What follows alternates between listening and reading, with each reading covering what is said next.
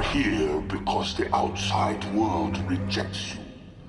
Hey, what's up everyone? So in this video, we're going to go ahead and take a look at a few different articles actually that we haven't covered yet here regarding the upcoming movie Teenage Mutant Ninja Turtles Mutant Mayhem. Some of these are actually from a little while back, but we never talked about it here, and I think it's pretty big and worth discussing. And that's some early reactions to the film that have been coming out online, but we're also going to dive into some other stuff. Guillermo del Toro weighs in on the Turtles a little bit, which was pretty cool. We'll talk about that. Also, Shredder in the Mutant Mayhem universe, that was also discussed. So we're going to talk about all of this today in this video. So make sure to stick around and catch all that. But let's go ahead, waste no time, and start off with the early reactions to the film.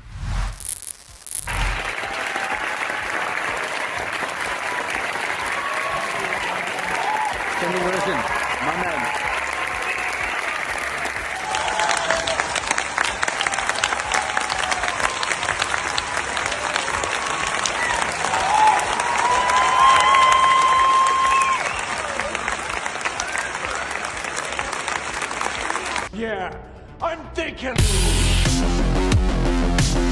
All right, you can see we're here on thewrap.com and we're looking at the headline right here, and it says early cut of Teenage Mutant Ninja Turtles Mutant Mayhem screens at Annecy. That's Annecy Festival for those who don't know. Anyways, it says to a standing ovation. And that was the clip that you saw there a minute ago. Let's take a look here at the article a little more. It says Paramount's animated reboot Teenage Mutant Ninja Turtles Mutant Mayhem doesn't hit theaters until August, but the film made a splash at the Annecy International Animation Film Festival where it debuted to a rousing reception, complete with a 6-minute standing ovation. Now, for those who don't know, this was a work in progress screening at the time, so not everything was done on it yet. Although as of this recording here, the film is complete. The director posted about it not too long ago, but I imagine the version they saw there at Annecy was pretty much close to being completed, as this was only a few weeks ago. Let's keep reading here. It says the crowd's applause was so strong, in fact, that director Jeff Rowe was dragged back on stage to take it all in. Then we have a quote here from Jeff Rowe, the director. It says, being in the room and feeling all the reactions and hearing all the laughter was amazing.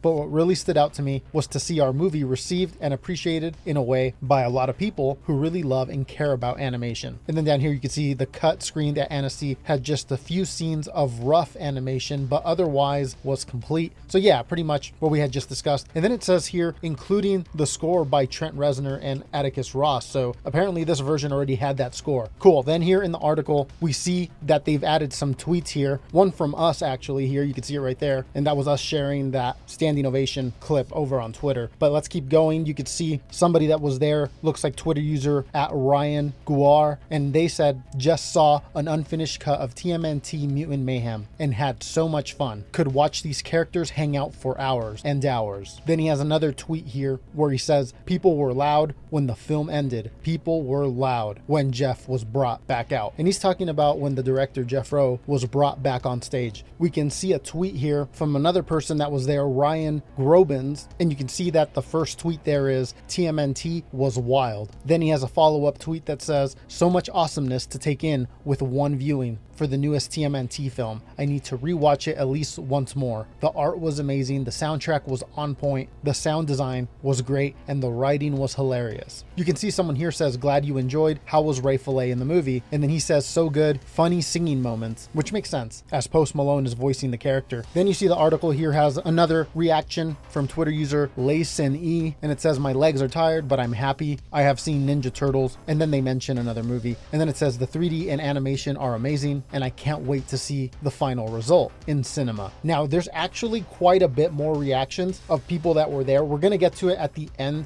of the video here, but real quick, I want to take a look at some other articles that are actually pretty big, and then we'll jump back into these reactions here by some of the people that were there. But let's jump on over to this first article here having to do with Guillermo del Toro. All right, this next article here is really interesting. You can see it's coming over here from the USAprint.com, and the headline reads, Guillermo del Toro gives his seal of approval to Teenage Mutant Ninja Turtles Mutant Mayhem. And then we can read a little bit of the article here. It says, during the last years, Guillermo del Toro has increased his efforts to defend animated films, promoting their development and viewing in movie theaters. And then it talks about how Mutant Mayhem was being screened at the Annecy Festival, and I believe Guillermo was there at the festival. I wonder if he saw the screening of Mutant Mayhem. I'm assuming he did. And then funny enough, it circles all back to the channel here. You can see that we retweeted that footage of director Jeff Rowe getting that standing ovation, and it must have got the attention of Guillermo del Toro, because you can see right there, he quotes our tweet. He says, talking about Mutant Mayhem, "My most auspicious, most sincere wish for success." Again, talking about the Turtles movie. "May 3 of the most successful movies be animated this year." So my guess, he's probably talking about the Mario movie, the Spider-Man movie, and then the Turtles movie here. "May the artistry be celebrated. May the ratings go PG-13 and beyond if the storytellers need it," which I think was probably the coolest part of this whole statement here. I wholeheartedly agree with him, especially when it comes to the Turtles. There's so many cool storylines that I feel like would require that, especially as they get older in future movies, if they happen to make more in this universe. Anyways, yeah, not much else on this article here. Short and sweet, but I did think it was worth talking about here. But let's move on over to a different article where Seth Rogen talks about how there won't be any boring scenes in Mutant Mayhem.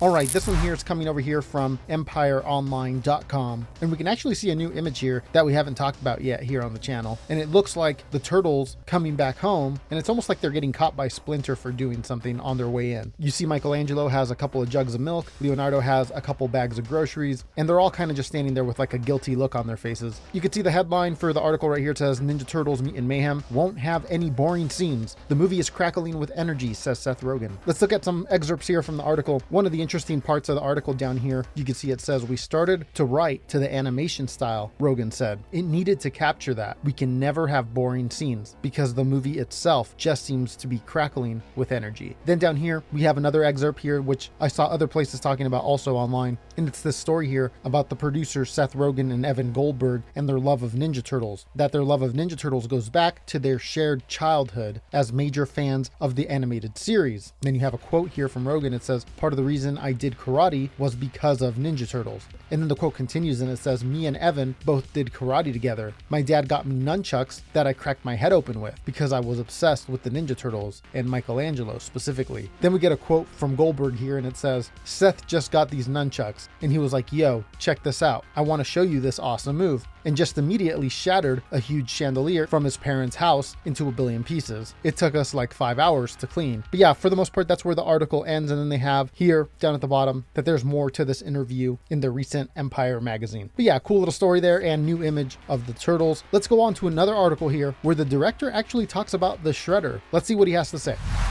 All right, we're looking at this one over here on GamesRadar.com, specifically the SFX magazine section of the website. And you can see it says TMNT director teases that Shredder will appear in future movies. And you see right under that, it says exclusive, Teenage Mutant Ninja Turtles Mutant Mayhem co-director Jeff Rowe says he'd be 100% down to make a sequel. Let's read on a little bit more here. It says, "Teenage Mutant Ninja Turtles character Shredder might not be in Mutant Mayhem, but he'll definitely show up in future movies," says co-director Jeff Rowe, "if the new animation spawns a franchise, that is." You see a quote there that says, "We'll Dark Knight it," Rowe jokes to SFX magazine. And then it says, before adding that he'd 100% love to develop a sequel. And then you have a quote that says, "When you've grown and you've become confident as a teenager, to then go up against the foe that is 3 times scarier than anything you've ever seen before, that's interesting and dramatic." Then we have another quote here by Rowe that says, "We wanted a teenager to watch the movie and feel seen by it and understood." And then the quote continues and he says, "That was our cornerstone for everything, like making the Turtles not hulking, ripped versions of themselves, but lanky and awkward. That carried through into casting actual teenagers. It's insane that it had never been done before." And that's where the quote ends. But yeah, what do you guys think about all that? You can see down here that it says that this is just the snippet of the interview, that the rest of it is available in the latest SFX magazine that features the Good Omen Season 2 on the cover. But yeah, that's about it on this one. Let's jump back into those early reactions from everybody that was at Annecy Festival. We're just kind of going to go rapid fire through them, so let's hop in and take a look.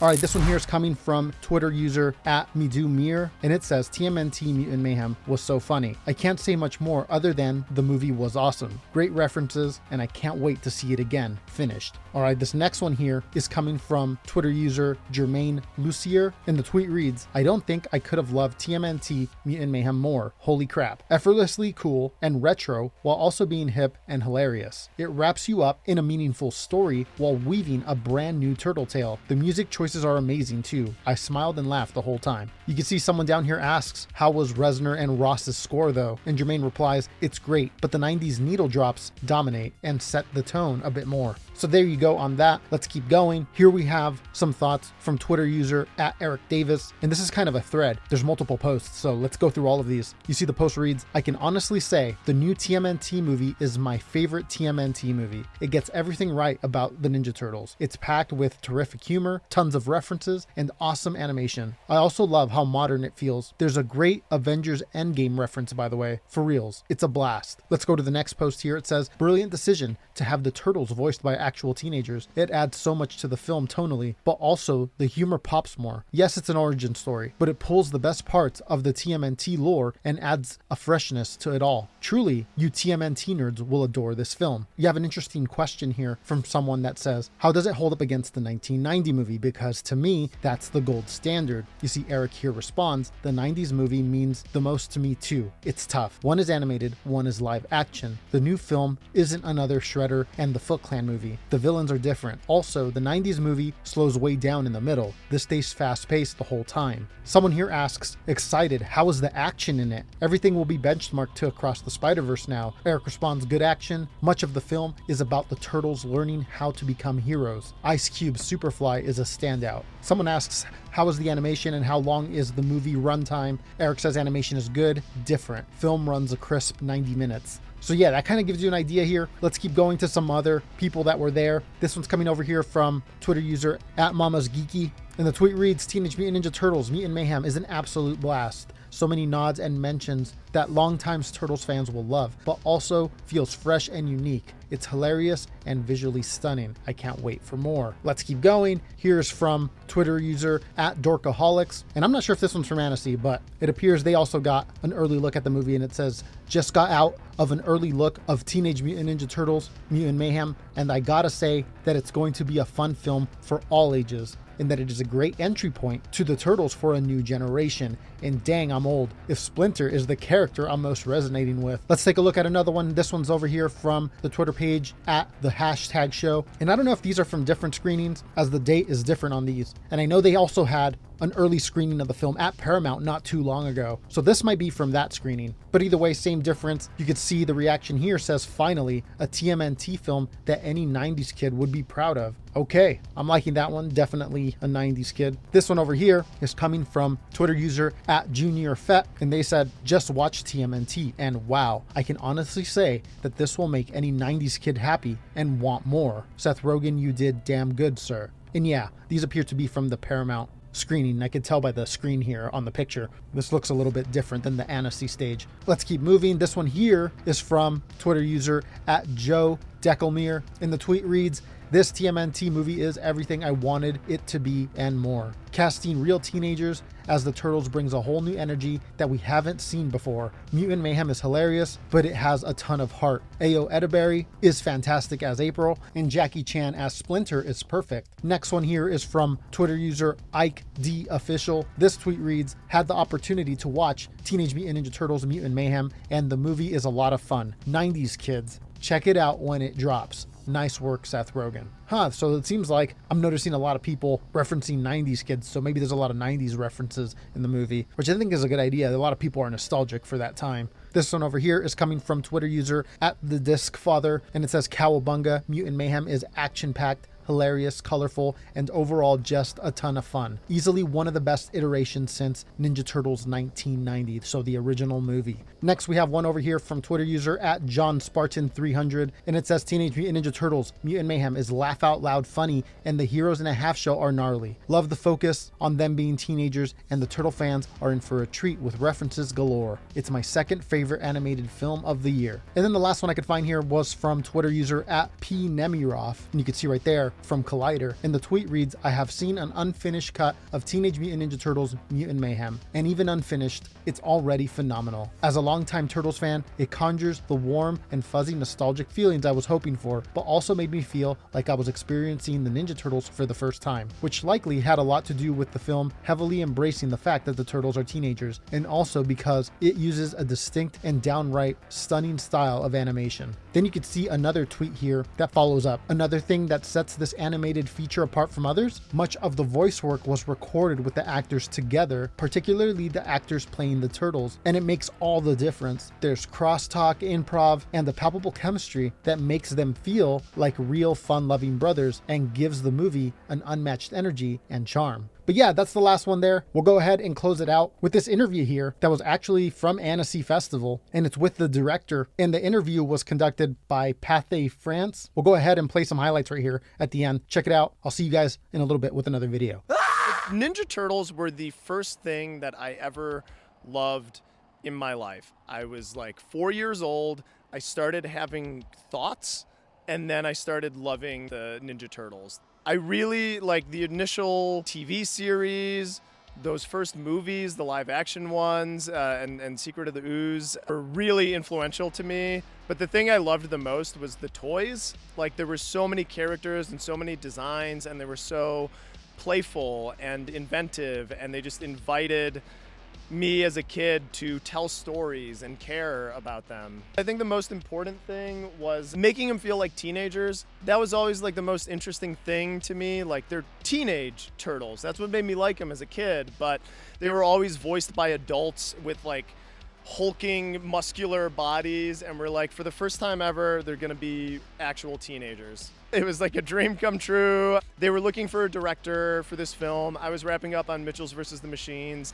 I got a meeting with Seth Rogen and Evan Goldberg, and they kind of told me their pitch on the film. I think we really connected over wanting to tell an authentic teenage story, like that doesn't feel oversimplified or like watered down for kids, that actually feels like real teenagers.